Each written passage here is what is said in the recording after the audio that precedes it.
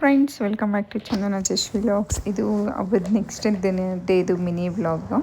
So ಅವತ್ತು ನಮ್ಮ ಮನೇಲಿ ಗೂಡುಗಳೆಲ್ಲ ಆಗಿತ್ತು. ಸೊ ಅದಕ್ಕೆ ಬೆಳಿಗ್ಗೆ ಮಧ್ಯಾಹ್ನ ಆಲ್ಮೋಸ್ಟ್ ಒಂದು 11:30-12 ಅಷ್ಟೊತ್ತಿಗೆ ಗೂಡುಗಳೆಲ್ಲ ಸ್ವಲ್ಪ ತಂದಿದ್ರು. ಸೊ ಅದನ್ನೆಲ್ಲ ನಾನು ಎಲ್ಲರೂ ಸೇರಿಕೊಂಡು ಬಿಡಿಸ್ತಿದ್ವಿ. ಜಶ್ವಿ ಅಂತೂ ಫಸ್ಟ್ ಟೈಮ್ ಅಂದರೆ ಫಸ್ಟೆಲ್ಲ ನೋಡಿದ್ಲು, ಬಟ್ ಬಿಡಿಸ್ತಿರೋದಂದರೆ ಇದೇ ಈ ಟೈಮ್ನೇ.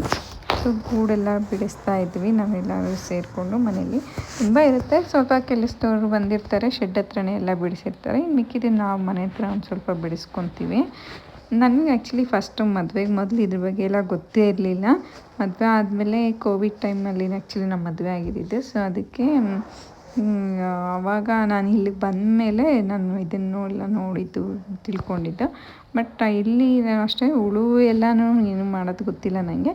ಬಟ್ ಇದು ಮಾತ್ರ ಗೂಡು ಮಾತ್ರ ಕ್ಲೀನ್ ಮಾಡೋದು ಸ್ವಲ್ಪ ಗೊತ್ತು. ಅದರಲ್ಲೂ ಒಂದೊಂದು ಸಲ ನನಗೆ ಗೊತ್ತಾಗಲ್ಲ. ಸೊ ಅವಾಗ ಗೊತ್ತಾಗದೇ ಇರೋದನ್ನ ಬಿಟ್ಬಿಟ್ಟಿರ್ತೀನಿ. ಸ್ವಲ್ಪ ಗೊತ್ತಿರೋದನ್ನೆಲ್ಲ ಒಂದು ಸ್ವಲ್ಪ ಕ್ಲೀನ್ ಮಾಡ್ಕೊತೀನಿ.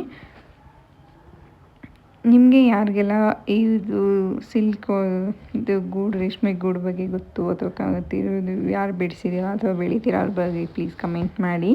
ಮತ್ತು ನನ್ನ ಚಾನಲ್ನ ಲೈಕ್ ಮಾಡಿ, ಶೇರ್ ಮಾಡಿ ಮತ್ತು ಸಬ್ಸ್ಕ್ರೈಬ್ ಮಾಡಿ.